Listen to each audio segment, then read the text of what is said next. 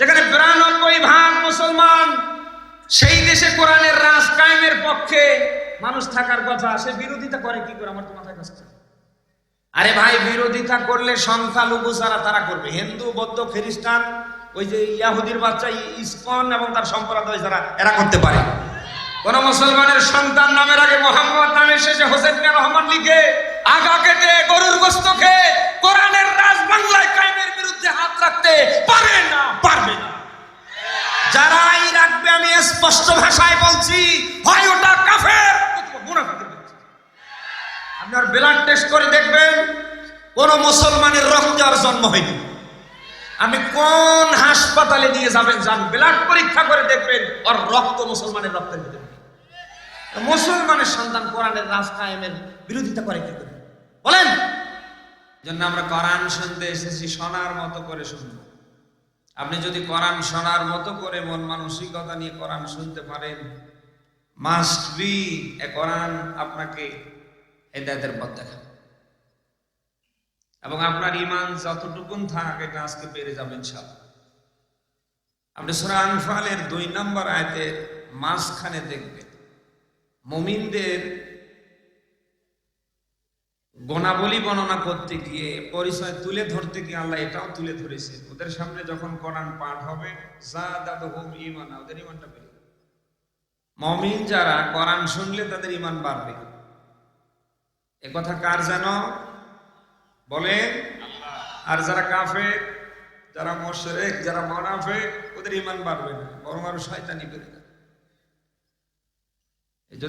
এই জন্য যদি আমরা মুমিন দাবি করি, ঈমানদার দাবি করি, মুসলিম দাবি করি, কোরআন শুনলে অবশ্যই আমাদের ঈমান বেড়ে যাবে ইনশাআল্লাহ। প্রিয় রাজশাহীবাসী, আমরা এসেছি আল্লাহর কোরআন শোনার জন্য। কোরআন শোনার মধ্য দিয়ে যেন আল্লাহ তাআলা আমাদের ঈমানটা বাড়িয়ে দেন। মরার আগ পর্যন্ত আমরা সবাই যেন আল্লাহর এই কোরআনের পক্ষে থাকতে পারি। কোরআনের বিধিবিধান দিয়ে ব্যক্তি, পরিবার, সমাজ, রাষ্ট্র চালানোর পক্ষে আমরা যেন কাজ করতে পারি। আল্লাহ যেন দয়া করে আমাদের কবুল করে। আমি অনেক দূর থেকে এসেছি, কোথায় নীলফামারী আর কোথায় রাজশাহী। আমি এসেছি, আমার কাজ হচ্ছে কোরআনের কথাগুলি তুলে ধরা, আর আপনাদের প্রত্যেকের কাজ হচ্ছে আগামীতে কেমনে কিভাবে নিজের জীবন জীবিকা নির্বাহ করবেন, কেমনে কোরআনের পক্ষে থাকবেন, ওই পক্ষে চিন্তা ভাবনা করা। আমার কাজ হচ্ছে দলিল আর প্রমাণ সহকারে কোরআনের কথাগুলি আপনাদের সামনে ব্যাখ্যা করে করে তুলে ধরা। আমার সামনে যারা শ্রোতা হিসাবে, আপনাদের প্রত্যেকের কাজ হবে এটা নিয়ে চিন্তা ভাবনা করা। আমরা উভয় যদি এই সিস্টেমে কোরআন শুনতে পারি, আমার আল্লাহর গ্যারান্টি যুক্ত কথা, তিনি অবশ্যই আমাদের হেদায়েত দেবেন। আপনি সূরা জুমার 39 নম্বর সূরার 23 নম্বর পারার 19 নম্বর পৃষ্ঠার 18 নম্বর আয়াতে দেখবেন, এই যে আল্লাযীনা ইয়াসতামিউনাল কাওলা ফায়াত্তাবিউনা আহসানা উলাইকাল্লাযীনা হাদাহুমুল্লাহ ওয়া উলাইকা হুম উলুল আলবাব। আয়াতের দিকে খেয়াল করেন, আল্লাহ বলেন যে বা যারা, যে কেউ হতে পারে, কারোর নাম আল্লাহ ইন্ডিকেট করে দেয়নি, যারাই কোরআন শুনে আগামীতেও যারা শুনবে। এখানে 2টা কাল আল্লাহ স্পষ্ট করে দিয়েছে, একটা প্রেজেন্ট আর একটা ফিউচার। দুনিয়ায় যারাই কোরআন শুনছে, আগামীতেও যারা শুনবে, ফায়াত্তাবিউনা আহসানা, অথবা এর ভালো দিকটার যদি সে অনুসরণ অনুকরণ করে, ব্যক্তিতে, পরিবারে, সমাজে, রাষ্ট্রে সব জায়গায় নেবার পক্ষে থাকে, আল্লাহ তাআলা উলাইকা শব্দ লাগিয়ে আল্লাহ দেখিয়ে দিলেন এই লোকগুলি হাদাহুমুল্লাহ, এরাই আমি আল্লাহর কাছে হেদায়েত প্রাপ্ত। কোরআনে কারীম শোনার মধ্য দিয়ে যদি আপনি কোরআনের পজিটিভলি সাইডটা আপনার ব্যক্তি, পরিবার, সমাজ, রাষ্ট্রে আপনি দাঁড় করাতে পারেন, আমার আল্লাহর গ্যারান্টি যুক্ত কথা 2টার ভেতরে প্রথম কথা হচ্ছে আল্লাহ আপনাকে বলছেন আপনি হেদায়েত প্রাপ্ত। 2 নম্বরে ওয়া উলাইকা হুম উলুল আলবাব, এখানে আল্লাহ উলাইকা শব্দ লাগিয়ে দিলেন। উলাইকা দিয়ে আল্লাহ তাআলা বুঝিয়ে দিলেন এই মানুষগুলি দুনিয়াতে সবচেয়ে বুদ্ধিমান। এজন্য আপনার আমার প্রত্যেকের কাজ হবে, আমার ব্যক্তি, আমার পরিবার, আমার সমাজ, আমার রাষ্ট্র চলবে আল্লাহর কোরআন নিয়ে। কোরআন আছে যেখানে আমি আছি সেখানে, কোরআন নেই যেখানে আমি নেই সেখানে। বলেন না কেন? আপনার আমার জীবনের পূর্ণাঙ্গ পরিপূর্ণ একটা সিলেবাস, তার নাম কোরআন। জন্ম থেকে মৃত্যু, রান্নাঘর থেকে রাষ্ট্র জীবন, দুনিয়ার পরে জাহান্নাম থেকে বেঁচে জান্নাতে যাওয়া পর্যন্ত যেখানে যা দরকার, কোনটা বাদ আছে? বলেন বলেন। তেবিয়ানান লিকুল্লি শাই, সব যেন আল্লাহ তাআলা একেবারে সমাধান করে দিয়েছেন। মানুষের জীবনের সমস্যা যেখানে কোরআনে সমাধান করে দিয়েছেন, ওখানে কে? বলেন, কোন কথা বাদ আছে? আল্লাহ তাআলা ভালো করে জানে দুনিয়ায় মানুষের তৈরি করা আইন দিয়ে, মতবাদ দিয়ে শতভাগ শান্তিতে জীবনযাপন করতে পারবে না। এই জন্য আল্লাহ তাআলা মানবতার মুক্তির জন্য নির্ভরযোগ্য একটা কিতাব দিয়েছেন, তার নাম আরো জোরে। আল্লাহ ভালো করে জানে আমার বান্দা বান্দি যদি আমার কোরআনকে আঁকড়ে ধরে, এদের ব্যক্তি, পরিবার, সমাজ, রাষ্ট্র সব যদি আমার বিধান দিয়ে চালায়, ওরা একদিকে দুনিয়ায় শান্তি পাবে, আখিরাতে ওরা জাহান্নাম থেকে নাজাত পেয়ে জান্নাতে যাবে। এটা জানে কে? এই যে হাতে আমার ঘড়ি দেখতে পাচ্ছেন, এই যে আমার সামনে মাইক্রোফোন দেখতে পাচ্ছেন, কয়েকটা ক্যামেরা, মোবাইল আপনারা দেখতে পাচ্ছেন, এই যে টিউব লাইট দেখতে পাচ্ছেন, যাদের দ্বারা এটা আবিষ্কার হয়েছে তারা ভালো করে জানে এটা কতদিন পর্যন্ত থাকবে। এই জন্য এই মোবাইল গুলো 2 বছর 3 বছর করে ওয়ারেন্টি দেয়। এই ঘড়ি কিনেছে 10 বছর ওয়ারেন্টি দিয়েছে। মাইক্রোফোন গুলোর ওয়ারেন্টি আছে, ক্যামেরা গুলো চলছে, এগুলোর ওয়ারেন্টি গ্যারান্টি আছে না নেই? যারা আবিষ্কার করেছে তারা ভালো করে জানে, যেন তেন করে না। এমনও মোবাইল আছে ওটিলে আম পারলেও 2 বছর পার হয়ে যাবে। বলেন না কেন? এই জন্য তারা ওয়ারেন্টি দেয়, গ্যারান্টি দেয়। আল্লাহর গ্যারান্টি যুক্ত কথা, আমার বান্দা যদি আমার বিধান দিয়ে চলে, ওদের ব্যক্তি, পরিবার, সমাজ, রাষ্ট্রের কোন জায়গায় অশান্তি থাকবে না, শান্তির আবহাওয়া শতভাগ শুরু হয়ে যাবে। আমরা সেই কোরআনের পক্ষে থাকতে পারবো তো ইনশাআল্লাহ? আমরা মুসলিম, আমাদের পরিচয় আমরা কি বলেন তো? আমাদের ভেতরে দলগত পার্থক্য থাকতে পারে, আমাদের ভিতরে আকীদাগত মত পার্থক্য থাকতে পারে, কিন্তু আমরা সবাই মুসলিম। আমরা সবাই কি? আমরা যদি মুসলিম দাবি করি, আমাদের প্রত্যেকের কাজ হবে আল্লাহর কোরআন নিয়ে বাঁচা এবং মরা। এই জন্য কালকে থেকে আমাদের প্রত্যেকের কাজ হবে কোরআনের পক্ষে থাকা। এটা আগামীর বাংলাদেশে কি করে কায়েম হয়, ওই পক্ষে কাজ করা। দেশ স্বাধীনের 53 বছর পেরিয়ে যাচ্ছে। আমরা দেখেছি দেশে অনেকে অনেক ভাবে শান্তি দেবার চেষ্টা করেছে, অন্যায় অপরাধ বন্ধ করবার চেষ্টা করেছে, কেউ শতভাগ পেরেছে। আগামীতে কি পারবে? মানুষের তৈরি করা মতবাদ দিয়ে, আইন দিয়ে পৃথিবীতে কেউ শতভাগ অন্যায় বন্ধ করতে পারেনি, শতভাগ শান্তি প্রতিষ্ঠা করতে পারেনি। কিয়ামত পর্যন্ত কারোর পক্ষে সম্ভব নয়। ততক্ষণ পর্যন্ত শান্তি আসা সম্ভব না, যতক্ষণ পর্যন্ত কোরআনের রাজ কায়েম বাংলায় না হয়। এই টেকনাফ থেকে তেতুলিয়া, রবসা থেকে মাথুরিয়া, সুন্দরবন থেকে বান্দরবন, 56,000 বর্গ মাইলের এই দেশে শতভাগ শান্তি প্রতিষ্ঠা হবে, শতভাগ অন্যায় বন্ধ হবে। তখন আগামীর বাংলায় কোরআনের রাজ কায়েম হবে। যখন আমরা বিএনপি বুঝি না, জামাতে ইসলামী বুঝি না, আমরা চরমনাই বুঝি না, হেফাজতে ইসলাম বুঝি না, জমিয়ত বুঝি না, খেলাফত আন্দোলন মজলিস বুঝি না, আগামীর বাংলায় যারা কোরআন দিয়ে দেশ চালাতে চায় আমরা তাদের বুঝি। আমরা কোন দল বুঝি না, আমরা কোন মত বুঝি না। আগামীর বাংলাদেশ যারা এই কোরআন দিয়ে চালাতে চায় আমরা তাদের পক্ষে। আমরা অনেকের শাসন দেখেছি, আমরা সামনে দেখতে চাই আল কোরআনের শাসন। অনেককে অনেক ভাবে এই 53 বছরে ভোট দিয়ে হোক আর না দিয়ে হোক, যেভাবেই হোক ক্ষমতার চেয়ারে টিকে তাকে সম্মান করেছে। আমরা চাই আগামীর এই চেয়ারগুলিতে কোরআনের পক্ষের মানুষদের বসান। দেখেন এই কোরআন দিয়ে দেশ চালালে কেমন দেখা যায়। অনেকে অনেক ভাবে দেশ চালিয়েছে না, বলেন না কেন?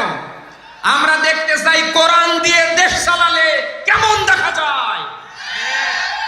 মরহুম শহীদ আল্লামা সাঈদী রাহিমাহুল্লাহ আমাদের মাঝে নেই, কিন্তু তার জীবনের সবচেয়ে বড় চাওয়া ছিল বাংলার মাটিতে যেন কোরআনের রাজ কায়েম হয়। মরহুম শহীদ আল্লামা সাঈদী রাহিমাহুল্লাহ আজ আমাদের মাঝে নেই। আমি সারা বাংলাদেশ ঘুরে ঘুরে যে তথ্য পাচ্ছি, বাংলার জমিনটা 90% কোরআনে কারিম কায়েম হওয়ার পক্ষে কবুল হয়ে গেছে। মাত্র 10% বাকি। কত পার্সেন্ট বলেন? আগামীর বাংলাদেশে কোরআন প্রতিষ্ঠার পক্ষে 92% মুসলমান কোরআনের রাজ কায়েমের পক্ষে যদি হাত রাখে, তাদের হাতের উপরে, তাদের আওয়াজের উপরে, স্লোগানের উপরে আর কারো হাত আওয়াজ উঠতে পারে না, পারবে না। আপনি যদি নিজেকে মুসলিম দাবি করেন, আপনি যদি নিজেকে ইমানদার দাবি করেন, আপনার এই কাজটাই আগে। বাংলাদেশ যেন কোরআন দিয়ে চলে। আজকে দেশে অনেকে বলছে আমরা নবীওয়ালা কাজ করছি। নবীওয়ালা কাজের প্রথম কাজ হচ্ছে কোরআন দিয়ে দেশ চালানো। বলে না কেন? রাসূল দুনিয়ায় 63 বছর জিন্দা ছিলেন। 1 থেকে 40 তিনি ছিলেন মুহাম্মদ বিন আব্দুল্লাহ, আর 40 থেকে 63 তিনি ছিলেন মুহাম্মদুর রাসূলুল্লাহ। 1 থেকে 40 রাসূলের কোনো শত্রু ছিল না, তাকে কেউ ত্যাগ দেয়নি। যে যুদ্ধপরাধী, রাজাকারের বাচ্চা, পাগল গণ এ দিয়েছে। বলেন না কেন?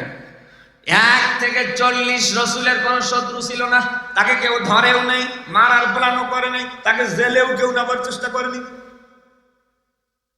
40 থেকে 63, এই যে 23 বছর, আপনি 13 বছরের জিন্দেগি তাকান। মক্কায় 13 বছর আল্লাহর বিধান, আল্লাহর দ্বীন জিন্দার পক্ষে, আল্লাহর দিকে মানুষকে ডাকানোর অপরাধে রাসূলকে বারবার নির্যাতিত হতে হয়েছে। 1 নয় 2 নয়, দীর্ঘ 80 থেকে 100 বারেও বেশি বার রাসূলকে সরাসরি মৃত্যুর মুখে পড়তে হয়েছে। সে আবু তালিবে তাকে 3.5 বছরের বেশি সময় জেল খাটতে হয়েছে।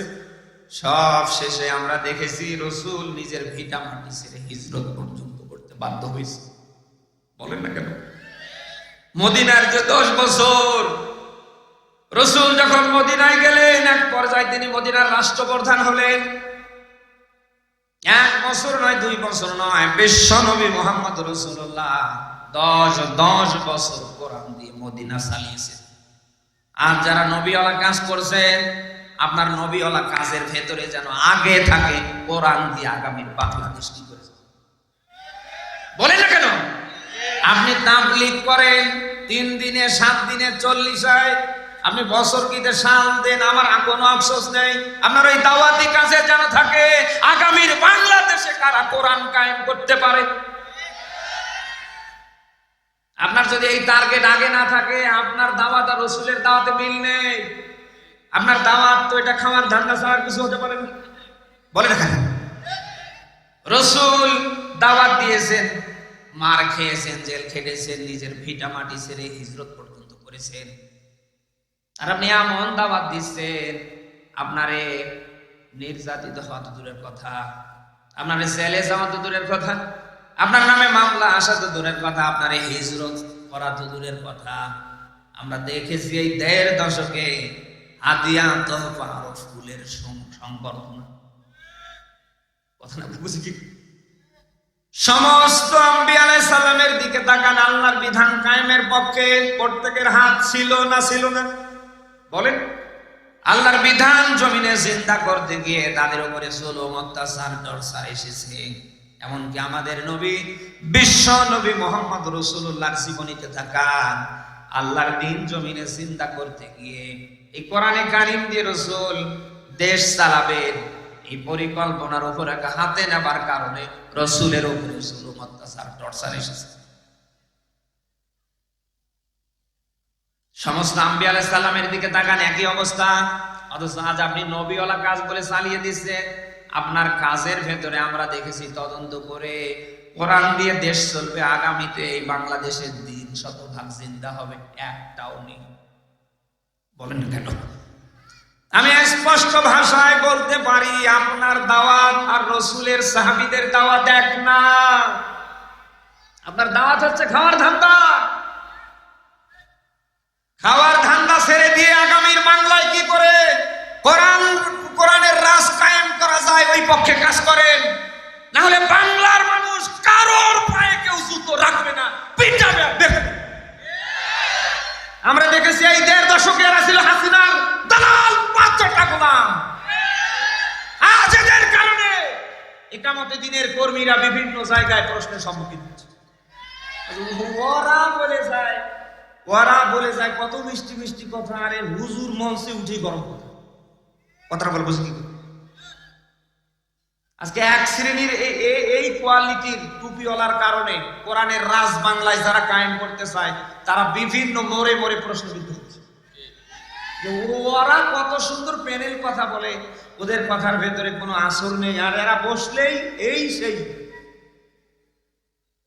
এই 1.5 দশকে অনেক মুনাফিকি করেছেন, অনেক হাসিনা এবং তার দোসরদের দালালি করেছেন।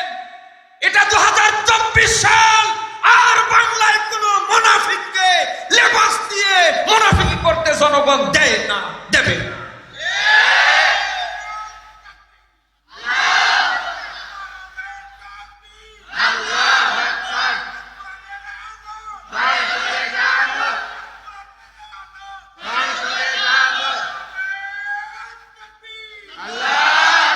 আমরা এই 1.5 দশকে দেখেছি, 1.5 দশকে দেখেছি এই লেবাসধারীরা সব সময় ফতোয়া দিয়েছে জামাত শিবির মওদুদি, মওদুদি জামাত শিবির। বলেন কেন? আজও আজও আজও আজও এরা সহ্যই করতে পারছে না। কোরআনের রাজ কায়েমের পক্ষে সবচেয়ে বেশি মাঠে ভূমিকা রাখছে বাংলাদেশ জামাত ইসলামী। এটা আজও এই মুনাফিকের বাচ্চারা সহ্য করতে পারছে না। আপনারা আজকে দেখেছেন সাতক্ষীরার মাটিতে আমিরে জামাত ডাক্তার শফিকুর রহমান গিয়েছে, লক্ষ লক্ষ মানুষের সমাগম হয়েছে। তিনি তার কথা বলতে গিয়ে বলেছে, আগামীর বাংলায় যদি কোরআনের রাজ কায়েম হয় সবাই সবার স্বাধীনতা সমান পাবে, নারীরা তাদের ইচ্ছা মতো পোশাক পরিধান করতে পারবে।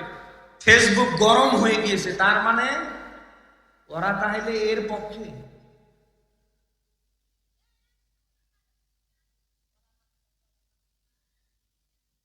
এরা ভালো করে জানে কোরআনের রাজ যেভাবে বাংলায় কায়েম হবার পথ প্রশস্ত হচ্ছে, আগামীর বাংলায় যদি কোরআনের রাজ কায়েম হয়, আমরা মুনাফিক সুবিধাবাদ যারা আমরা পালানোর রাস্তা খুঁজে পাবো। যেখানে 92% মুসলমান, সেই দেশে কোরআনের রাজ কায়েমের পক্ষে মানুষ থাকার কথা, সে বিরোধিতা করে কি করে? আমার তো মাথায় কাছে। আরে ভাই, বিরোধিতা করলে সংখ্যালঘু যারা তারা করবে, হিন্দু, বৌদ্ধ, খ্রিস্টান, ওই যে ইয়াহুদির বাচ্চা ইসকন এবং তার সম্প্রদায় যারা, এরা করতে পারে। কোন মুসলমানের সন্তান নামের আগে মোহাম্মদ নামের শেষে হোসেন মিয়া রহমান লিখে আগা কেটে গরুর গোশত খেয়ে কোরআনের রাজ বাংলায় কায়েমের বিরুদ্ধে হাত রাখতে পারে না, পারবে না। যারাই রাখবে, আমি স্পষ্ট ভাষায় বলছি, হয় ওটা কাফের, আপনার ব্লাড টেস্ট করে দেখবেন কোন মুসলমানের রক্তে আর জন্ম হয়নি। আমি কোন হাসপাতালে নিয়ে যাবেন যান, ব্লাড পরীক্ষা করে দেখবেন ওর রক্ত মুসলমানের রক্তের ভিতরে। মুসলমানের সন্তান কোরআনের রাজ কায়েমের বিরোধিতা করে কি করে বলেন? জামাতে ইসলামী যখন কোরআনের রাজ কায়েমের দিকে এগিয়ে যাচ্ছে, তখন নানা ধরনের জামাতে ইসলামীকে ট্যাগ দেওয়া হচ্ছে, এরা পাকিস্তানের দালাল, এরা স্বাধীনতা বিরোধী, এই সেই। কেন? আপনি মুসলমানের সন্তান, এগুলি তো আপনার মুখ দিয়ে বের হবার কথা না। আমি কি বানিয়ে বলছি? বলেন। আমরা এই দেশে দেখেছি এই মুনাফিকের বাচ্চারা ছাত্রলীগের রাজনীতি যখন নিষিদ্ধ হলো, এখানেও এদের বাধা। কেন নিষিদ্ধ করা হলো? রাষ্ট্রপতির অপসারণে বাধা। কথা না বলে বুঝি কি করি? এরপরে আমরা ইদানিং দেখলাম প্রথম আলো, ডেইলি স্টার নিষিদ্ধে ওদের বাধা। এরপরে সর্বশেষ এই যে ইসকন নিষিদ্ধ ইস্যুতে, এখানেও বাধা। তার মানে ওরা কোনোটাই নিষিদ্ধ এদেশে করতে দেয় না, ওরা সামনে দেবে না। তার মানে ওরা আর এরা, বলেন না কেন, ওরা আর এরা। 5 তারিখের পর থেকে দেশের মানুষ আজ নভেম্বরের 30 তারিখ পর্যন্ত দেখেছে কারা মানবতার কল্যাণে রাজনীতি করছে, আর 5 তারিখের পর থেকে পেটের ধান্দায় কারা রাজনীতি করছে। এরা স্পষ্ট ভাবে দেখতে পাচ্ছে আগামীর বাংলাদেশে যদি কোরআনের রাজ কায়েম হয়, কোরআনের কর্মীরা যদি বাংলার চেয়ারে বসে যায়, আমাদের খাও খাও রাজনীতি বন্ধ হয়ে যাবে।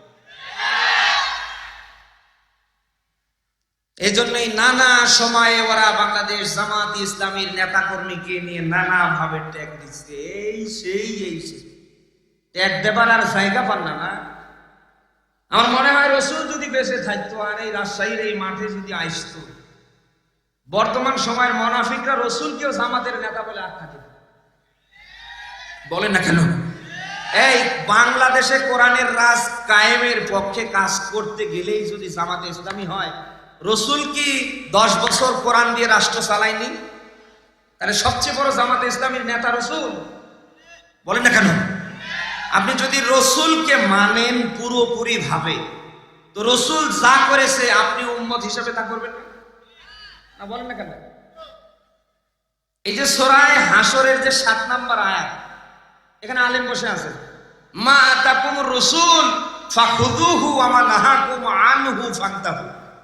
আল্লাহ বলেন আমার রসুল যা নিয়ে এসেছে তা তোমরা গ্রহণ করো, তিনি যেটা ছেড়ে দিয়েছে তা তোমরা ছেড়ে দাও, বর্জন করো। কথা কার? তো রসুল যদি 10 বছর কোরআন দিয়ে মদিনা চালাতে পারে, আপনি কি হয়ে গেলেন? হ্যাঁ, এজন্য আমরা চাই না আগামীর বাংলার কোন চেয়ারে নব্য কোন হাসিনা এবং তার দোসর আসুক। বলেন না কেন? কারণ এই 1.5 দশকে স্বৈরাচারী হাসিনা এবং তার দোসররা আমাদের 13টা বাদিয়ে দিয়েছে। ওরা আমাদের বাক স্বাধীনতা হরণ করেছে, ওরা আমাদের ভোটের অধিকার হরণ করেছিল, ওরা আমাদেরকে নানা ভাবে চাঁদজালের মাঝখানে বন্দী করবার চেষ্টা চালিয়েছিল। ওরা হাজারো নিরপরাধ মানুষকে বাংলার মাটি থেকে আয়না ঘর সবচেয়ে ফাঁসির দড়িতে ঝুলিয়ে মেরেছে। আমরা চাই না হাসিনা এবং তার দোসরদের মতো করে নব্য কোন স্বৈরাচারের আবির্ভাব বাংলার মাটিতে হোক। এই জন্য সিদ্ধান্ত নিতে হবে আপনাকে আমাকে। স্বাধীনতা অর্জন করা সহজ, এটা ধরে রাখা এত সহজ না। বলেন না কেন? ছাত্র জনতার বিপ্লব তথা রক্তের মধ্য দিয়ে আমরা এরকম একটা স্বাধীন সার্বভৌমত্ব রাষ্ট্র পেয়েছি। আমরা কি এটা সহজে ওই নব্য স্বৈরাচার আর জালিমদের হাতে ছেড়ে দিতে পারি? যারাই এই দেশের ভাবমূর্তি নষ্ট করবার পায় তারা চালাবে, সে যেই হয় না কেন, যে দলেরই হয় না কেন, সে যেই হয় না কেন, পায়ের জুতো খুলবেন আর পিটাবেন। যারা এই দেশের ভাবমূর্তি নষ্ট করবার চেষ্টা চালাবে, বুঝবেন এরা নব্য হাসিনার দালাল, নতুবা নব্য হাসিনার দোসর। আপনি কি মনে করেন এই 5 তারিখে হাসিনা পালিয়ে গিয়েছে, কয়েকজন নেতাকে খুঁজে পাওয়া যাচ্ছে না, এই দেশ একেবারে স্বৈরাচার হাসিনা মুক্ত হয়ে গিয়েছে? বলেন না কেন? এখনো ইউনিয়ন পরিষদ থেকে একেবারে সচিবালয় পর্যন্ত তাকান, ওরা আছে না নাকি? এমন কোন জায়গা বাদ নেই যে ওরা নেই, সবাই কিন্তু বসে আছে, শোক পালন করছে। তা যেন তেন করে না, মা বাবা মারা গেলে ওই রকম শোক পালন করে। হাসিনার জন্য যাদের মায়া মমতা ভালোবাসা আগলে আসে, আমি তাদের বলছি আপনি প্রয়োজনে দিল্লি চলে যান, তাহলে এমন একটা সময় বাংলাদেশে আসবে পালানোর রাস্তা খুঁজে পাবেন না। যদি হাসিনার জন্য আপনার এমনটা মনে হয়, আপনি চলে যান ভাই, এ দেশে থাকার অধিকার আপনার নেই। কারণ এ দেশের মানুষ এই দেশটাকে দেখতে চায় হাসিনা মুক্ত, জালিম মুক্ত, স্বৈরাচার মুক্ত। আর কোন নব্য জালিম নব্য স্বৈরাচার বাংলার মানুষের মাথার উপরে যেন আর ভর করে আসতে না কয়টা? তাদের পক্ষে আপনি ছাপাই গান না। এদেশের মানুষ অলরেডি বুঝে ফেলেছে আপনি কি। এই জন্য ছাত্র জনতার রক্তের বিনিময়ে আমরা এই দেশ পেয়েছি। আমরা কি এ দেশের স্বাধীন সার্বভৌমত্ব নষ্ট হতে দিতে পারি? যারা এই নষ্ট করবার চেষ্টা চালাবে, স্বৈরাচারী হাসিনা এবং তার দোসরদেরকে এ দেশে যারা নতুন করে এস্টাবলিশ করবার চেষ্টা করবে, জনগণ পায়ের জুতো খুলবেন আর পিটাবেন। এদেশে এদের রাজনীতি করা তো দূরের কথা, এ মানবতার কল্যাণের পক্ষে কথা বলার অধিকার এদের নেই। বলেন না কেন? এই 1.5 দশকে কি না করেছে এই দেশটাতে আমার বলেন তো, আছে কিছু? এভাবে আর কিছুদিন চললে এই দেশটা ভারতের একটা অঙ্গরাজ্যে পরিণত হয়েছে। আজ আমরা দেখতে পাচ্ছি ওয়ার্ড পর্যায়ের একটা নেতা ধরা পড়েছে, তারও কয়েক কোটি টাকা। আর উপরের সারিতে যারা ছিল, যাদেরকে যেখান থেকে ধরেছে, যাদেরকে ধরা হচ্ছে, আমরা দেখেছি হাজার হাজার কোটি টাকার দুর্নীতির মামলা। নিজের বাবার মনে করে তারা এদেশের সম্পদ কানাডার বেগমপাড়ায় 180 মাইল বেগে ট্রান্সফার করেছে। অথচ এই দেশের মানুষ একটু ডাউল ভাত খাবে এমন পরিবেশ পায়নি। বলেন না কেন?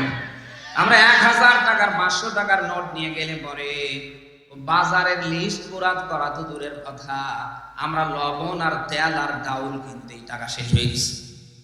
বলেন না কেন? অতএব আমাদের সিদ্ধান্ত নিতে হবে, কোন জালিমের গোষ্ঠী যেন, কোন স্বৈরাচারের গোষ্ঠী যেন আর আমাদের মাথার উপরে ভর করতে না পারে। এজন্য আগামীর বাংলায় কোরআন দিয়ে যারা দেশ চালাতে চায়, দেশের মানুষের অধিকার শতভাগ যারা প্রতিষ্ঠা করতে পারে, যারা এদেশের মানুষের মাঝে বৈষম্য দূর করতে পারে, আমরা চাই আগামীর বাংলার চেয়ারে এরাই আসুক। আল্লাহ যেন এরকম একটা পরিবেশ আমাদের দান করে। বলেন আমিন। জালিমের আপনি সাফাই গাবেন না। এই যে ভাই, এই যে ভাইয়া, এই হ্যাঁ, কে কে এই যে হাসিনার কথা বলতে গিয়ে আপনার মন খারাপ হচ্ছে নাকি? এই এদিকে তাকান, যে উঠবে বুঝবেন ওটা হাসিনার। রাজশাহীর মাটি কোরআনের রাজ কায়েমের ঘাঁটি। এইখানে হাসিনার কথা বললে যদি কেউ উঠে যায়, বোঝা লাগবে ওটা হাসিনার। এরপরে দেখেন কেউ, আপনি যদি জালিমকে জালিম বলতে না পারেন, আপনি নিজেও জালিম। আপনি যদি কোন স্বৈরাচারকে স্বৈরাচার বলতে না পারেন, আপনি কিন্তু নিজেও স্বৈরাচার। আপনি অন্যায় দেখার পরে যদি অন্যায় বলতে না পারেন, আপনি নিজেও একজন অন্যায়কারী। অতএব কারণে যারা 1.5 দশকে আমাদের উপরে জুলুম, অত্যাচার, টর্চার, নির্যাতন করেছে, তাদের কথা জাতিকে শোনাতেই হবে। কি পরিমাণ জুলুম, অত্যাচার, টর্চার করেছে, যাদের হুঙ্কারে গর্জনে ঘর থেকে বের হওয়া যেত না। আমরা এত কিছু জানার পরে ময়দান থেকে মসজিদ পর্যন্ত আমরা বের করতে পারতাম না। আপনারা সারা বাংলাদেশ দেখেছেন, ম্যাক্সিমাম মাহফিল গুলোতে ছিল আমার বাধা। আপনাদের এই প্রোগ্রামে মনে হয় গতবার আমার আসার কথা ছিল। ওই বেলপুকুর থানার পাশে এই ওবায়দুলের কথা বলতে গিয়ে খেলা হবে, এই কথা বলতে গিয়ে একেবারে ওসি একেবারে সিম্পল পোশাকে এসে যে মুখের ভাষা খারাপ করেছে, পুলিশ প্রশাসন দিয়ে মুহূর্তের ভেতরে আমাকে আলোচনা শেষ করতে বাধ্য করেছে। আমার পাশেই ছিল কয়েকদিন পরে আপনাদের এই প্রোগ্রাম। আল্লাহর ওলিরা আমারে আসতে দেয়নি, বন্ধ করে দিয়েছে। এখন তো বেলপুকুর থানার যিনি ওসি, যারা দায়িত্বে আছে, এক একজনের চেহারা সুরত দেখলে মনে হয় আব্দুল কাদের জেলানি। এখন আমাদের সাথে ওরা বুক মিলাতে চায়, হাত মিলাতে চায়। এখন বলছে হুজুর আপনারা ছাড়া আমাদের কেউ নেই। ওরে ভাই, 5 তারিখের আগে আপনি কোথায় গিয়েছিলেন? আপনাদের মতো পুলিশ অফিসারদের কারণে 1.5 দশক হাসিনা এবং তার দোসররা আমাদের মাথার উপরে ভর করে অত্যাচার করেছে। এখন সব একেবারে ফেরেশতা হয়ে গিয়েছে। যাদের অহংকারে, যাদের গর্জনে ঘর থেকে বের হওয়া যেত না, আজ এক একজন তাকান বিড়াল হয়ে গিয়েছে, পালানোর দিশা পাচ্ছে না। কোথায় আওয়ামী লীগ, কোথায় কাদের কাকা, কোথায় গেল ওই জালিমের গরম গরম কথা? খেলা হবে, খেলা হবে, খেলা হবে বলে কাকা গেল পালাই। এই পালাইনি, হাসিনা পালাইছে রে দেশটা সারিয়া, স্বৈরাচার পালিয়েছে রে দেশটা সারিয়া, জালিম পালিয়েছে রে দেশটা সারিয়া।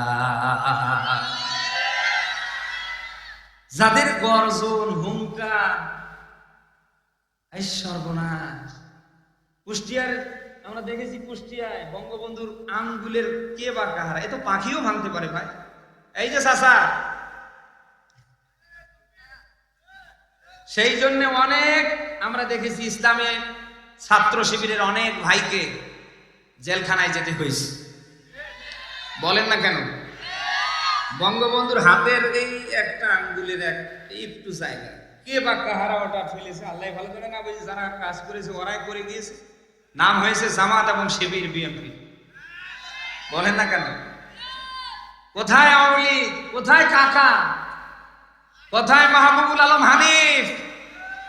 আজ টাকা তোর মা তোর আব্বার কোন স্মৃতিচিহ্ন বাংলার কোন জায়গায় নেই। ঘর থেকে বের হওয়া যেত না, রোড ঘাট রাস্তা পথ, শুধু মসজিদ বাদ দিয়ে এমন কোন জায়গা বাদ ছিল না যেখানে বঙ্গবন্ধু এবং হাসিনার ছবি না রাখা হতো। আজ কোথাও দেখতে পাচ্ছেন? আমরা দেখেছি বিদ্যুৎ বিলে নাম ছিল, পরের মাসে দেখলাম যে আর নাম নেই, ও নাম ওরা বসে ফেলে দিয়েছে। ওরা চিন্তা ভাবনা করে দেখেছি এই স্বৈরাচারের নাম, এই জালিমের নাম যদি আমরা রেখে দেই, এই এলাকার মানুষ একটা বিদ্যুৎ অফিস রাখবে না। বলে না কেন? এটা সারা দেশ ঘুরছে, যে টোল দেওয়ার সময় আগে লক্ষ্য করেছি, ও এখন আর খুঁজে পাচ্ছে না। মানে এমন কায়দায় আল্লাহ এদের একেবারে, মানে এদেশ থেকে কালার করেছে, মানে এদের একেবারে শিকড় পর্যন্ত আর খুঁজে পাওয়া যাচ্ছে না। আল্লাহ তাআলা সে কথাই বলেন, আমি জালিমদের শুধু ধ্বংস করি না, আমি আল্লাহ জালিমদেরকে যখন শেষ করে ফেলি, ওদের একেবারে শিকড় সহ উপড়ে ফেলি। এমন কায়দায় দেশটা থেকে স্বৈরাচারী হাসিনা এবং তার দোসরদের আল্লাহ নিধন করেছে। আগামীর 100 বছরে ওদের কোন শিকড় বাংলায় খুঁজে পাওয়া যাবে না। এতটা কালার আল্লাহ করেছে। বাংলাদেশের কোন জায়গায় আমার মনে হয় না ওই দলের নাম নিয়ে বলতে পারবে আমি অমুক দল করি। যদি এই কথা সৎ সাহসিকতার সাথে কেউ বলতে পারে, যারা শুনবে সে যে আকিদারই হোক, সে দলেরই হোক, অন্তত পায়ের জুতো খুলবে আর পিটাবে।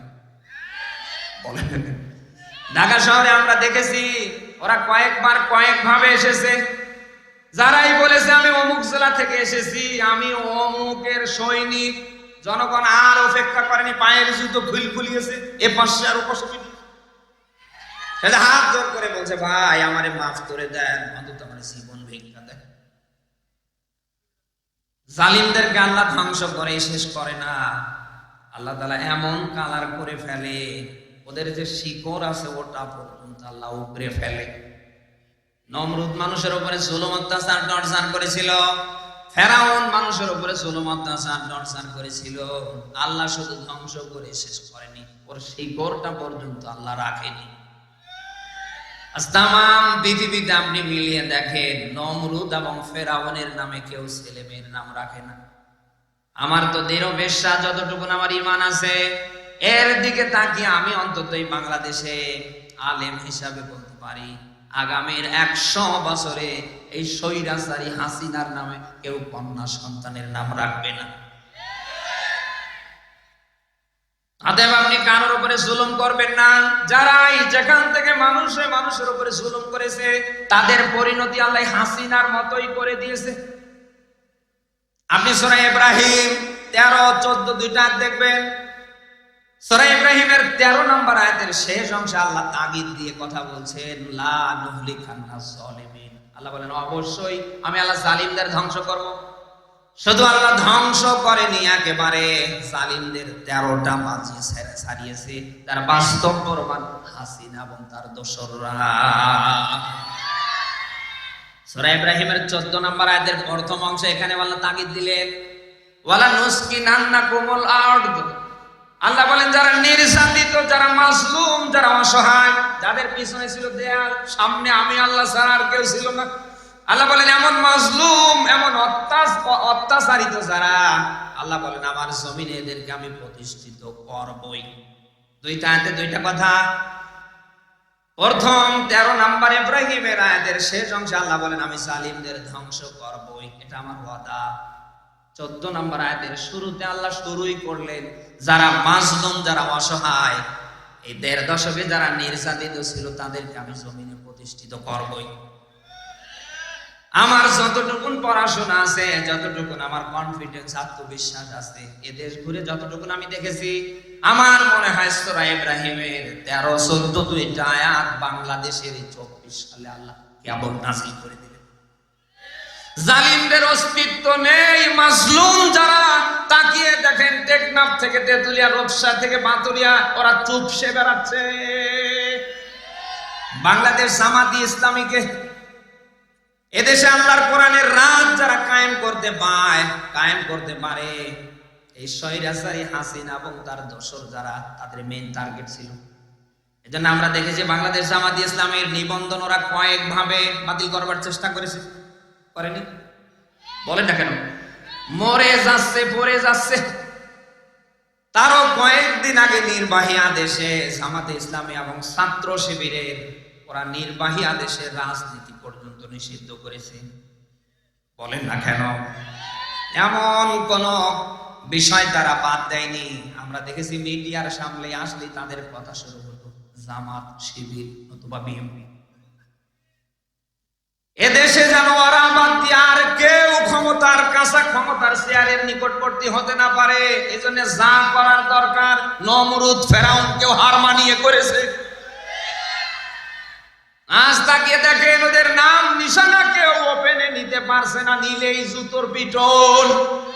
আর যাদেরকে বারংবার জেলে নিয়েছে, আয়না ঘর দেখিয়েছে, যাদের নেতা কর্মীকে ফাঁসি দিয়ে মেরেছে, আজ টেকনাফ থেকে তেতুলিয়া, রূপসা থেকে পাতুরিয়া, সুন্দরবন থেকে বান্দরবন, বাংলার এমন কোন জায়গা বাদ নেই যে জায়গায় তারা না যাচ্ছে।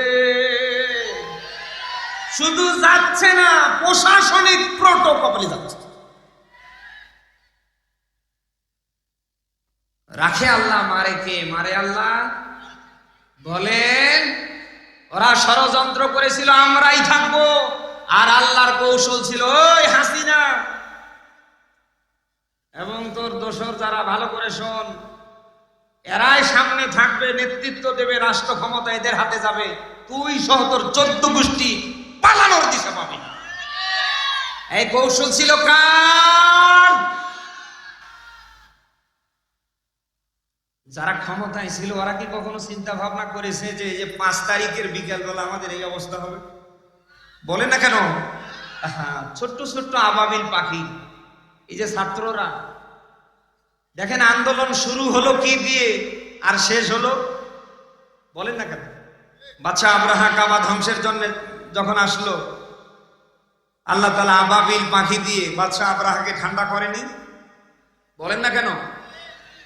আমার মনে হয় 2024 সালে আল্লাহ তাআলা এই ছাত্রদেরকে আবাবিল পাখি বানিয়ে স্বৈরাচার মুক্ত একটা দেশ আমাদের উপহার দিয়েছে।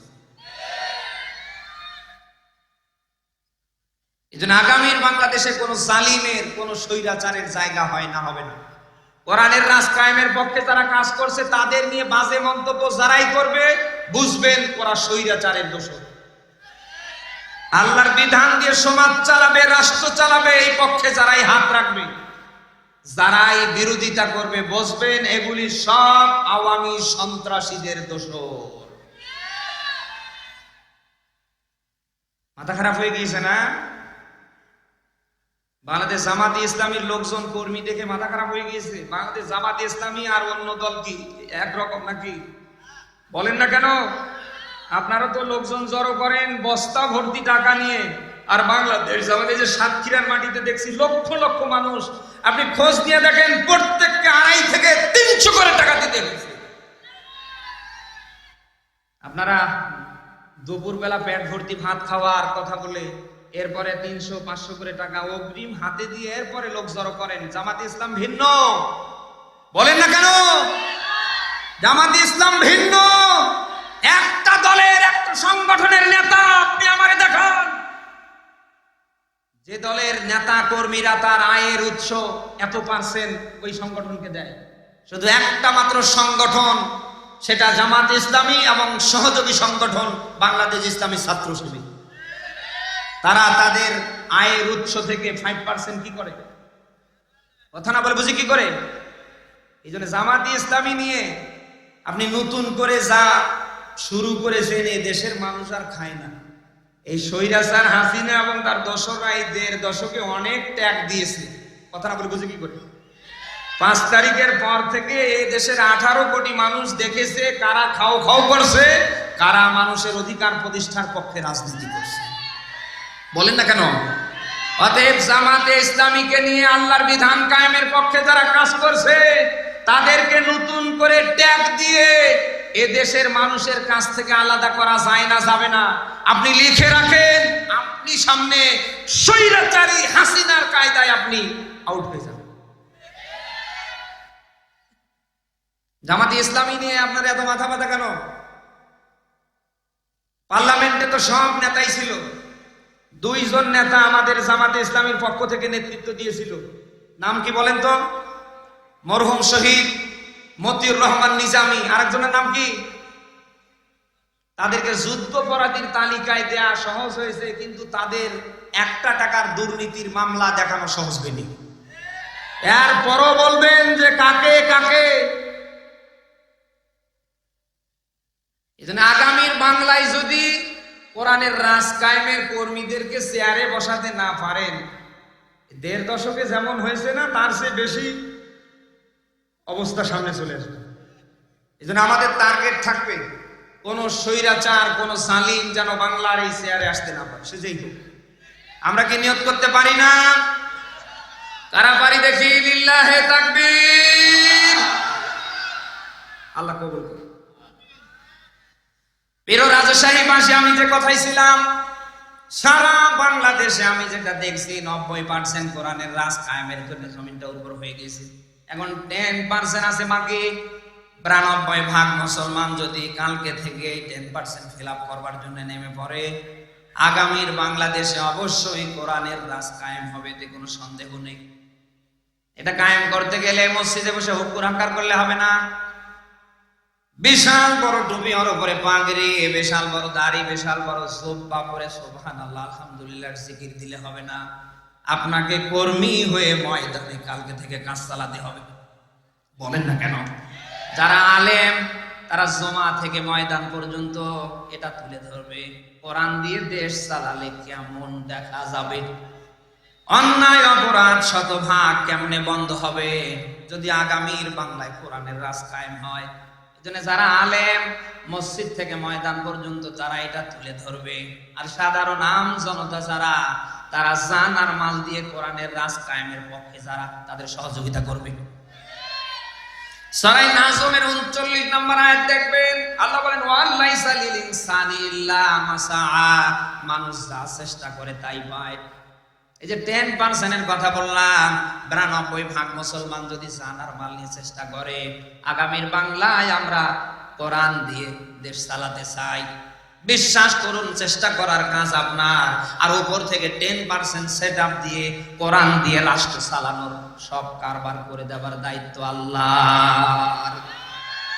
আপনি সূরা রাদের 11 নম্বর আয়াতের মাঝখান দেখবেন, আল্লাহ বলেন ইন্নাল্লাহা লা ইউগাইয়িরু মা বিকাউম হাত্তা ইউগাইয়িরু মা বিআনফুসিহিম।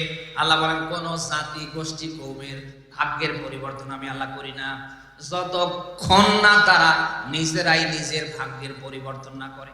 কে বলছেন? বলেন। আপনি ঘরে বসে থাকবেন, প্রতিদিন 10 পারা করে কোরআন পড়বেন, সুমা খাবেন, কপালে লাগাবেন, মসজিদে গিয়ে ফরজ নামাজের পাশাপাশি নফল নামাজ বেশি বেশি করে পড়বেন। সুবহানাল্লাহ, আলহামদুলিল্লাহ, আল্লাহু আকবারের জিকির সর্বদা করবেন। এই করলে আগামীর বাংলায় কোরআনের রাজ কায়েম হবে না। আপনি যদি আগামীর বাংলায় দেখতে চান যে কোরআন দিয়ে দেশ চলছে, আপনাকে অবশ্যই মর্দে মুজাহিদের মতো করে কর্মী হয়ে কাজ করতে হবে। এজন্য চাই আল্লাহ জান, চাই আল্লাহ মাল। আর আল্লাহর পথে যদি কেউ চেষ্টা চালায়, শতভাগ আল্লাহ তাকে সফল করে দেয়। আপনি সূরা নাহলের শেষ অংশে দেখবেন আল্লাহ তাআলা সূরা আনকাবুতের শেষ অংশে আপনি দেখবেন এখানে আল্লাহ গুরুত্বপূর্ণ তথ্য দিয়েছেন, ওয়াল্লাযীনা জাহাদু ফিনা লানাহদিয়ান্নাহুম সুবুলানা ওয়া ইন্নাল্লাহা লামাআল মুহসিনিন। বলেন আল্লাহু আকবার। আল্লাহ বলেন আমার পথে যারা চেষ্টা করে, কি করে? বলেন বলেন বলেন বলেন। আল্লাহ বলেন যারা আমার পথে আমার বিধান কায়েমের জন্য চেষ্টা করে, আমি আল্লাহ তাদের পথ সহজ করে দিই। এজন্য আমাদের কাজ হবে চেষ্টা করা, আর উপর থেকে পথ বাকি ফিল আপ করবার কাজটা আমি আপনি মাত্র এই ময়দানে, এই জমিনের একজন কর্মী, পাইপ, কিষান, কামলা। আপনার আমার চেষ্টা করা এই কাজ, এটা যদি হয়েও যায় তাও বিল বেতন দেবে কে? আর এটা যদি শতভাগ নাও হয়, আপনার আমার পুরস্কার দেবেন কে? বলেন। এই জন্য কোরআনের রাজ কায়েমের পক্ষে আমরা থাকতে চাই। আল্লাহ যেন আমাদের আল্লামা সাইদি রাহিমাহুল্লাহর মতো কবুল করে। আজকের পর থেকে আমাদের সবার চাওয়া থাকবে, আল্লাহ আমি যেন কোরআনের রাজ কায়েমের কর্মী হয়ে মরতে পারি। আমার মরণ যেন 10 বছর বিছানায় কাতরিয়ে না হয়। আমার মরণ যেন বিভিন্ন ভাবে, যেভাবে মানুষের হচ্ছে ওইভাবে না হয়। আমার মরণ যেন হয় কোরআনের রাজপথে। আমাকে শহীদ করে সেই মিছিলে শামিল করে নিও, যেই মিছিলের নেতা আমির হামজা, খোবায়ে খাব্বাব আল্লাহর ছিল তারা অতি প্রিয়, শামিল করে নিও। মরহুম শহীদ আল্লামা সাইদি রাহিমাহুল্লাহর জীবনী আপনারা সবাই জানেন। তিনি আল্লাহর কাছে বারবার দোয়া করেছেন, আল্লাহুম্মা ইন্নী আসআলুকা শাহাদাতান ফি সাবিলিক। আল্লাহ আমাকে তুমি শাহাদাতের মরণ দিও। আরে ভাই 10 বছর বিছনায় কাতরিয়ে মরার চেয়ে শাহাদাতের মৃত্যু এ কি সবার হয়? বলেন না কেন? আমরা সবাই মরবো, কিন্তু আমাদের মরণ যেন হয় শাহাদাতের। কারণ শাহাদাতের মৃত্যুটা এটা একেবারে খুব ইজিলি ভাবে হয়। পিঁপড়া কামড়ালে যেরকম একটু ব্যথা লাগে, এর চেয়েও যারা আল্লাহর দিন কায়েমের পক্ষে, আল্লাহর বিধান কায়েমের পক্ষে মারা যায়, তাদের মৃত্যুতে যন্ত্রণায় এর চেয়েও কম। এই জন্যই তো আদম আলাইহিস সালাম থেকে বিশ্ব নবী সাল্লাল্লাহু আলাইহি ওয়াসাল্লাম পর্যন্ত সব নবী রাসূলেরা আল্লাহর কাছে দোয়া করতেন, আল্লাহুম্মা ইন্নী আসআলুকা শাহাদাতান ফি সাবিলিক। আল্লাহ শহীদি মরণ দিও, শহীদি মরণ দিও। আমরা কি সেই শহীদি মরণ চাই না? বলেন। শহীদদের কোনো হিসাব নেই। শহীদদের কি নেই? আরো জোরে বলেন। আমরা যেন সবাই আগামীর বাংলায় কোরআনের রাজ কায়েমের পক্ষে আমরা যেন প্রত্যেকেই কর্মী হিসাবে কাজ করতে পারি। আল্লাহ যেন আমাদের কবুল করে এবং এই ময়দানটাকে যেন আল্লাহ কোরআনের রাজ কায়েমের জন্য, এই দেশটাকে যেন আল্লাহ তাআলা আমাদের জন্য উপযোগী করে দেন। কোরআনের রাজ কায়েমের পক্ষে যারা কাজ করছে, সকল ষড়যন্ত্রের বাধা বিপত্তির হাত থেকে আল্লাহ যেন এদেরকে হেফাজত করে। আমিন বলেন। দরুদ ও সালাম মানবতার মহান নবী মুহাম্মদ রাসূলুল্লাহর উপর পড়েন সাল্লাল্লাহু আলাইহি ওয়াসাল্লাম। আমি আপনাদের সামনে সূরা বাকারা থেকে 21 নম্বর আয়াত পড়েছি। আমি কি ব্যাখ্যায় যাব না শেষ করে দেব? থাকবেন ততক্ষণ? একটু জবান খুলে বলেন, আউযু বিল্লাহি মিনাশ শাইতানির রাজিম, বিসমিল্লাহির রহমানির রহিম, ইয়া আইয়ুহান নাস উবুদু রাব্বাকুমুল্লাযী ওয়াল্লাযীনা মিন ক্বাবলিকুম লাআল্লাকুম তাত্তাকুন।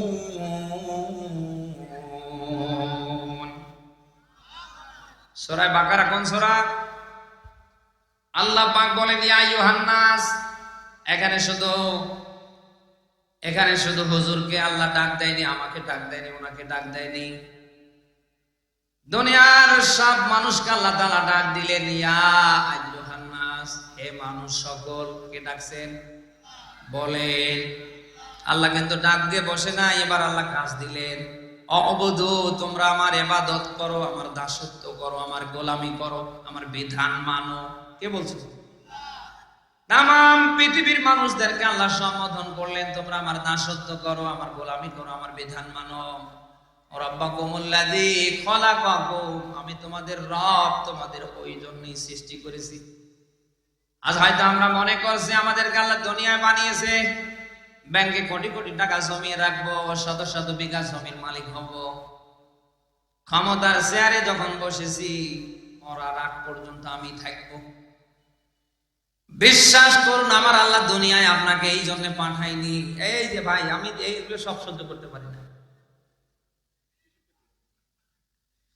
দুনিয়ায় আল্লাহ মানুষকে পাঠিয়েছে আপনি দেখবেন শুধু তার দাসত্ব গোলামি, তার বিধান মানার জন্য। আপনি মরে মরে বড় ফ্ল্যাট করবেন, ব্যাংকে শত শত কোটি কোটি টাকা জমিয়ে রাখবেন, আপনি শত শত বিঘা জমির মালিক হবেন, ক্ষমতার চেয়ারে বসেছে না, আর উঠবেন না। এই জন্য না, আমার আল্লাহ দুনিয়ায় আপনাকে পাঠিয়েছে তার দাসত্ব গোলামি, তার শতভাগ বিধান মানার জন্য। এ কথা কার? এখন আপনি যদি মানেন আপনি সফল, আর যদি না মানেন আপনি কিন্তু বিফল। এই বাংলাদেশে যদি অন্তর্বর্তীকালীন সরকার এবং তার অধীনে যারা আছে, যারা দেশ চালাচ্ছে, আপনি যদি তাদের আইন না মানেন আপনি কি থাকতে পারবেন? আপনি থাকতে পারবেন কোথায়? জেলখানায়। ঠিক একইভাবে দুনিয়ায় আল্লাহ পাঠিয়েছে, আপনি তার বিধান মানবেন, তার দাসত্ব করবেন, তার গোলামি করবেন। এখন আপনি যদি শতভাগ এটা করতে না পারেন, আমার আল্লাহরও কিন্তু ওই রকম জেলখানা নামক জাহান্নাম আছে না নেই? বলেন। ওখানে তো আল্লাহ দেবে না, বলেন না কেন? এই জন্য আল্লাহ তাআলা দুনিয়ায় আপনাকে পাঠিয়েছে, আপনি যেন তার দাসত্ব করেন, গোলামি করেন, শতভাগ বিধান মানেন। এই জন্য বিশাল আসমান আপনার মাথার উপরে আল্লাহ খুঁটিবিহীন ঝুলিয়ে রেখেছে, পিলার আছে। বলেন, আমি কি পারবো মাথার একটা টুপি দাঁড়িয়ে রাখতে? অথচ তাকান, আপনার আমার মাথার উপরে বিশাল আসমান আমার আল্লাহ খুঁটি সারা দাঁড় করে রেখেছে। বিশাল জমিন তাকিয়ে দেখেন, শুধু বাংলাদেশ বলে কথা না, তামাম পৃথিবী ঘুরে দেখেন, জমিনকে আল্লাহ বিছানা বানানোর মতো বানিয়ে দিয়েছে। এই পৃথিবী যেন হেলতে ধুলতে না পারে, তার ভারসাম্য হারাতে না পারে, এই জন্য বিভিন্ন জায়গায় বড় বড় পাহাড় আল্লাহ দাঁড় করে রেখেছে। মানুষ সারাদিন কর্ম করবে, ক্লান্ত হয়ে যাবে। এই জন্য দিনের পর পরে আল্লাহ রাতের ব্যবস্থা পর্যন্ত করে দিয়েছে। এমন রাত আল্লাহ বানিয়ে দিয়েছে, মানুষ খালি ঘুমাতে দেরি, সারা দিনের ক্লান্ত ঘুমের মধ্য দিয়ে দূর হতে দেরি না। তামাম পৃথিবীতে এইভাবে আপনি যত কিছু দেখছেন সব আল্লাহ বানিয়েছে আপনার আমার জন্য, আর আপনাকে আমাকে বানিয়েছে আল্লাহ শুধু তার বিধান মানার জন্য। এটা মানবেন কখন? মরে যাবার পরে। হ্যাঁ, কখন? এখন এই মুহূর্তে। কারণ আজরাইল কখন কোন সময় কার সামনে চলে আসবে ওই মোস্তাকিম ভাইও বলতে পারবে না, আমিও বলতে পারবে, উনিও বলতে পারবে না। আপনি যদি ইতিহাস দাঁড় করান, কোন নবী কোন রাসূলও বলতে পারত না। মরণ মৃত্যু এটা গোপন। আল্লাহ যখন বলবে আজরাইল ওরে ধর, সে যেই হয় না কেন 1 সেকেন্ড লাগবে না ধরতে। আরে ভাই, কখন কোন সময় আজরাইল আপনার আমার সামনে চলে আসবে আমি টেরই পাবো না। আল্লাহ বলবে ধর, যে অবস্থায় আমি থাকবো সে অবস্থায় আজরাইল ধরবে না, ছেড়ে দেবে। বলেন, লা ইস্তাখিরুনা সাআতা ওয়া লা ইস্তাকদিমুন। আর আজরাইল যখন ধরতে আসবে আপনাকে পিছনেও যেতে দেবে না, সামনেও যেতে দেবে না। আপনি যে অবস্থায় থাকেন ওই অবস্থায় আপনাকে ধরবে আর নিয়ে চলে যাবে। মাহফিলে আপনি এসেছেন, আপনাকে সিদ্ধান্ত নিতে হবে আমি আল্লাহর বিধান মানবো, আল্লাহর গোলামি করব, মরার আগে না পরে। এখনই মরার আগে যদি আপনি আলিফের মতো সোজা হতে না পারেন, বিশ্বাস করুন মারা যাবার পরে ওই মোস্তাকিম হুজুর বলেন আর আমারে বলেন, আপনি বাংলাদেশি হুজুরদের বাদ দিয়ে যদি বাইতুল মুকাররমের ইমামরে নিয়ে আসেন, আপনার টান দিয়ে সোজা করে কাপড় পরিয়ে দিয়ে জানাজা দিলে আল্লাহ নিতেও পারে নাও পারে, কোনো গ্যারান্টি নেই। বলেন না কেন? আপনাকে সোজা হতে হবে মরার আগে না পরে। এ কথা আল্লাহ সূরা আলে ইমরান ৩ নম্বর সূরার ৪ নম্বর পারার ২ নম্বর পৃষ্ঠার ১০২ নম্বর আয়াতের শেষ অংশে দিয়েছে। খুব খেয়াল করে শুনবেন।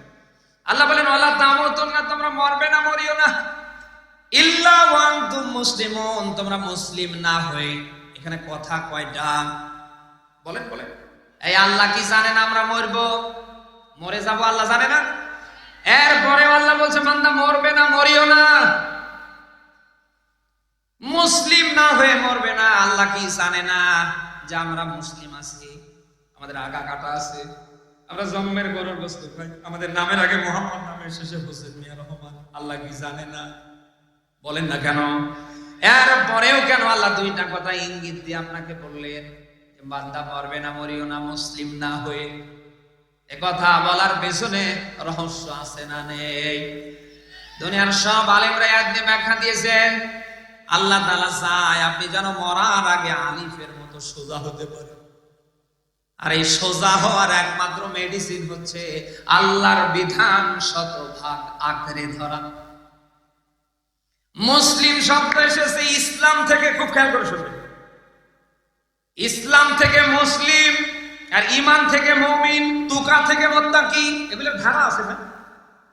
ইসলাম থেকে মুসলিম, ইসলাম শব্দের বাংলা অর্থ হচ্ছে আত্মসমর্পণ করা, সারেন্ডার করা, আল্লাহর বিধান আঁকড়ে ধরা, শতভাগ মেনে নেয়া। কেউ যখন আল্লাহর ইসলাম, আল্লাহর বিধান শতভাগ মেনে নেয়, তখন সেই কেবল হয়ে যায় মুসলিম। আজ এই বাংলাদেশে আমরা নামের আগে মোহাম্মদ, নামের শেষে হোসেন মিয়া রহমান আগা কেটে গরুর গোশত খেয়ে বাপ দাদার সূত্রে যারা মুসলিম দাবি করছি, আমার মনে হয় না ১০০-র ভেতরে ৯৮টা মানুষকে শতভাগ মুসলমানের তালিকায় পাওয়া যাবে। বলেন না কেন? অনেকের জীবনে শতভাগ ইসলাম নেই, আল্লাহর বিধান নেই, নিজেও আল্লাহর ইসলাম, আল্লাহর বিধান মানে না, মানুষ মানবে ওটাও দেয় না।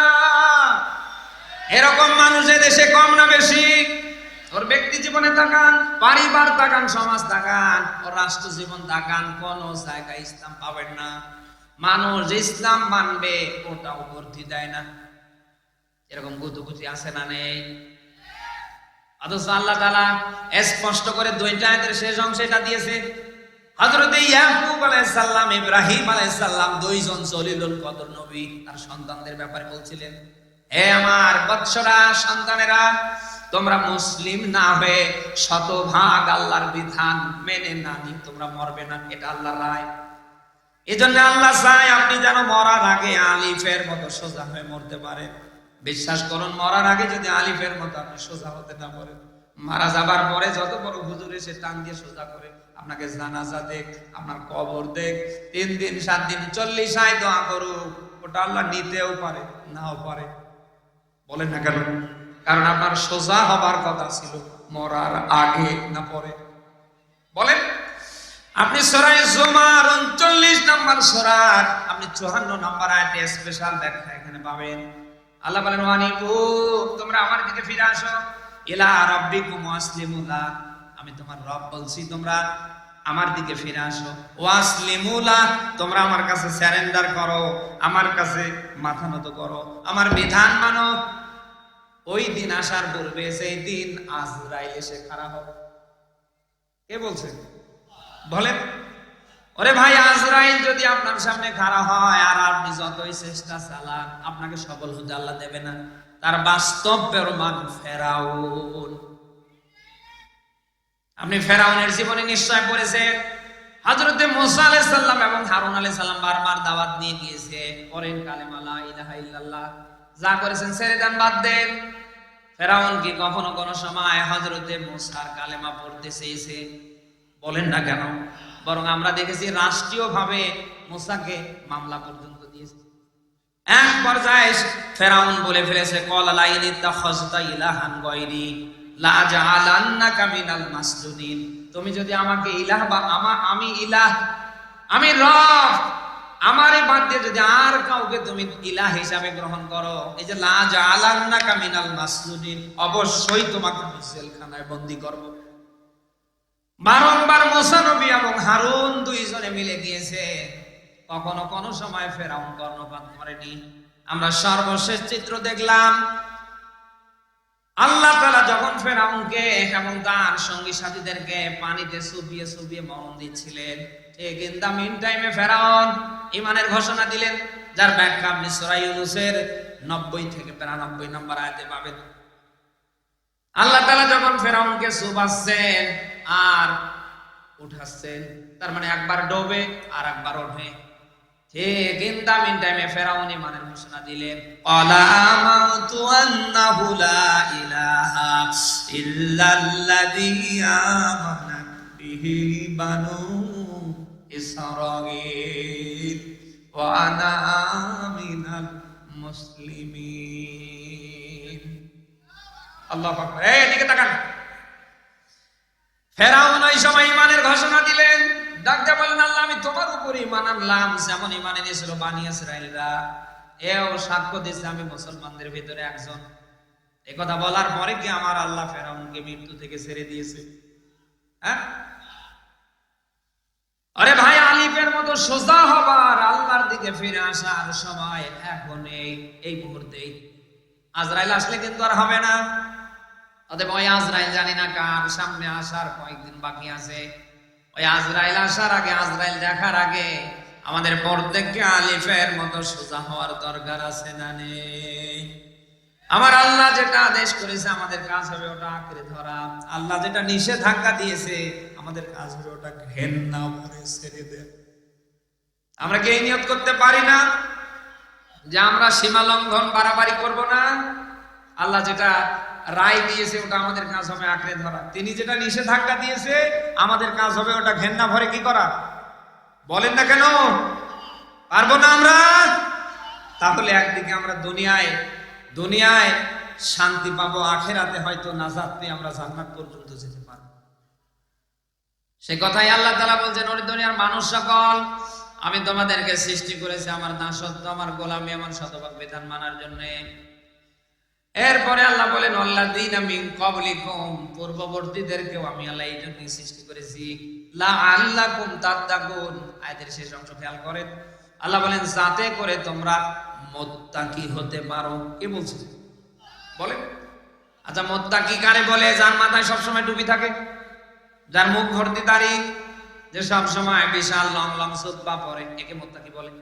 হ্যাঁ, আমরা মনে করি যে লোকটার মাথায় টুপি, ওর উপরে পাগড়ি, যার এক মুষ্টি দাড়ি, যার পরনে সাদা পোশাক, আমরা মনে করি এই লোকটা মুত্তাকি। কে বলেছে আপনাকে?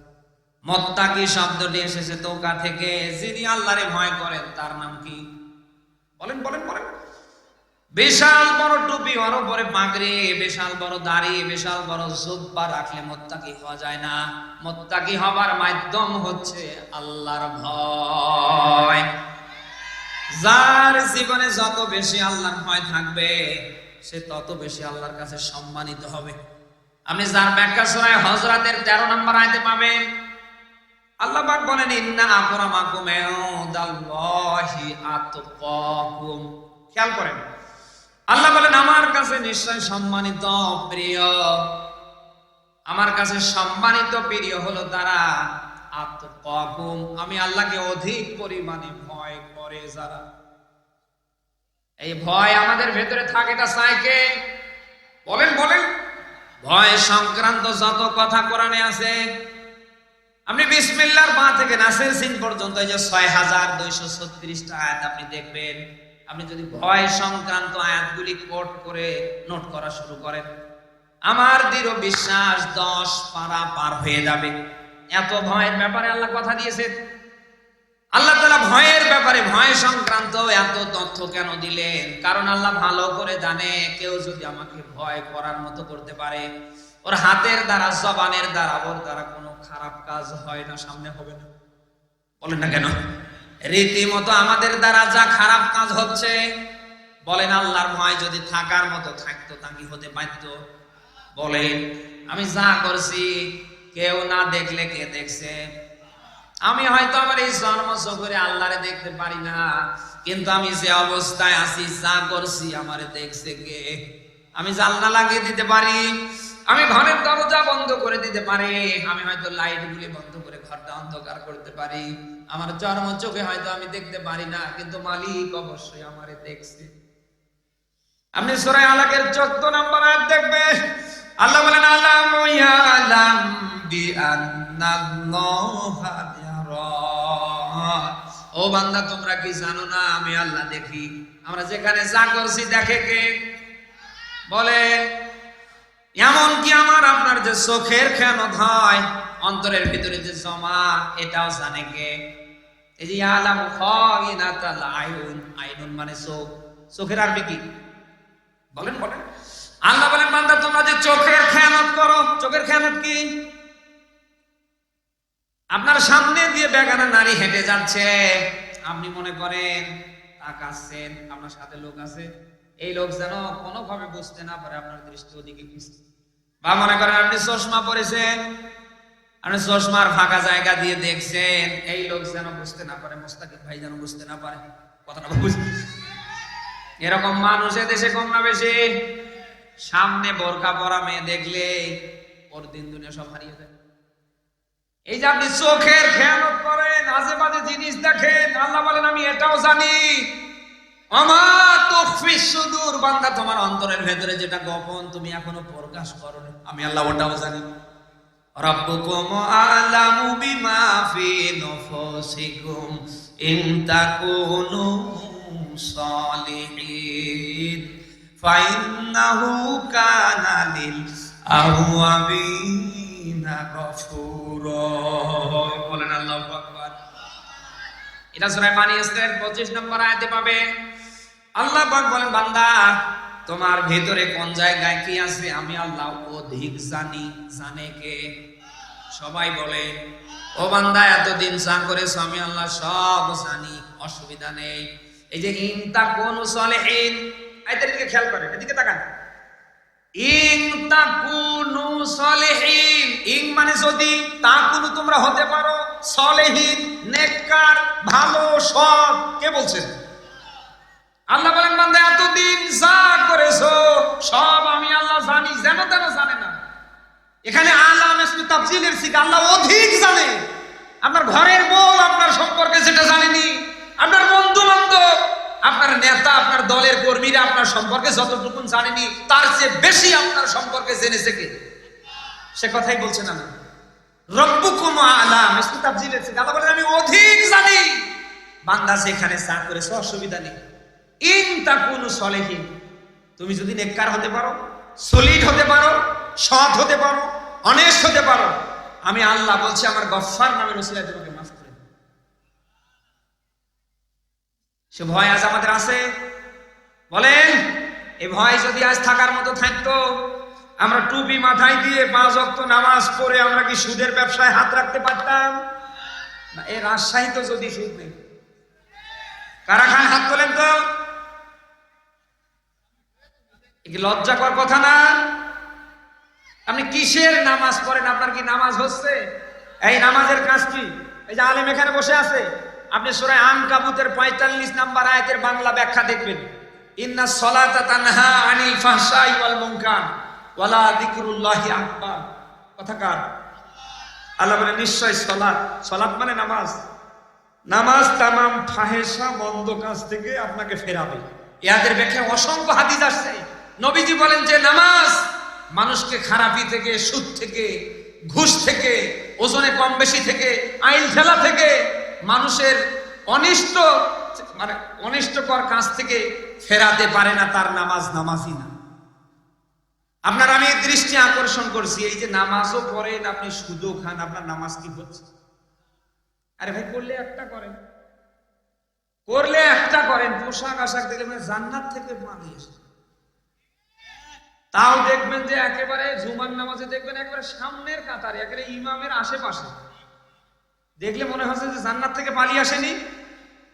আপনার নামাজ হচ্ছে, নামাজের কাজ হচ্ছে আপনাকে সুদ থেকে ফেরাবে, ঘুষ থেকে ফেরাবে, দুর্নীতি থেকে ফেরাবে, জুলুম মুক্ত জীবন উপহার দেবে।